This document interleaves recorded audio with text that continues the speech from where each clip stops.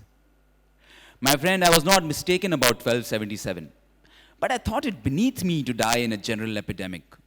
Really, it would have been an action most unworthy of me. Once this trouble is over, we shall see about it.